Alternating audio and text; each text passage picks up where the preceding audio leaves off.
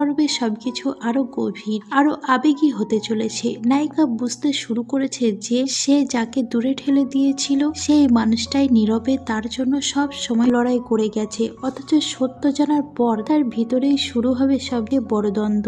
সে কি ক্ষমা করতে পারবে? সে কি আবারও বিশ্বাস করতে শিখবে? অন্যদিকে নায়কও থেমে নেই, তার একটাই লক্ষ্য ভুল বোঝাবুঝি দেওয়াল ভেঙে নিজের ভালোবাসাকে ফিরে পাওয়া। কিন্তু সে কি সফল হবে নাকি তাদের সম্পর্ক আরো বেশি পরীক্ষার মুখোমুখি হবে? তাহলে চলো শুরু করা যাক। এই পর্বের শুরুতে আমরা লেডি চুকে দেখতে পাই যে ব্রতলয় হাউসে এসেছিল এবং সেখানে আমরা লুসিফারকেও দেখতে পাই। তবে ইয়ান এখানে লেডি চুকে দেখা মাত্রই চিনে ফেলেছিল। লুসিফারের সঙ্গে কথা বলতে মূলত ইয়ান এখানে এসেছিল, তবে ইয়ান এখানে লেডি চুকে দেখা মাত্রই চিনে ফেলেছিল। তো লেডি চু যতই লুসিফারকে একটু এন্টারটেইন করার চেষ্টা করছিল, ইয়ান ওকে ততই আটকে আটকে দেওয়ার চেষ্টা করছিল। মানে ওর একটু রাগ হচ্ছিল যে এই ড্রেসে কেন সে এখানে আসবে। ওকে দেখে মনের ভিতরে আবার একটু বাটারফ্লাই উঠছিল। রাত্রে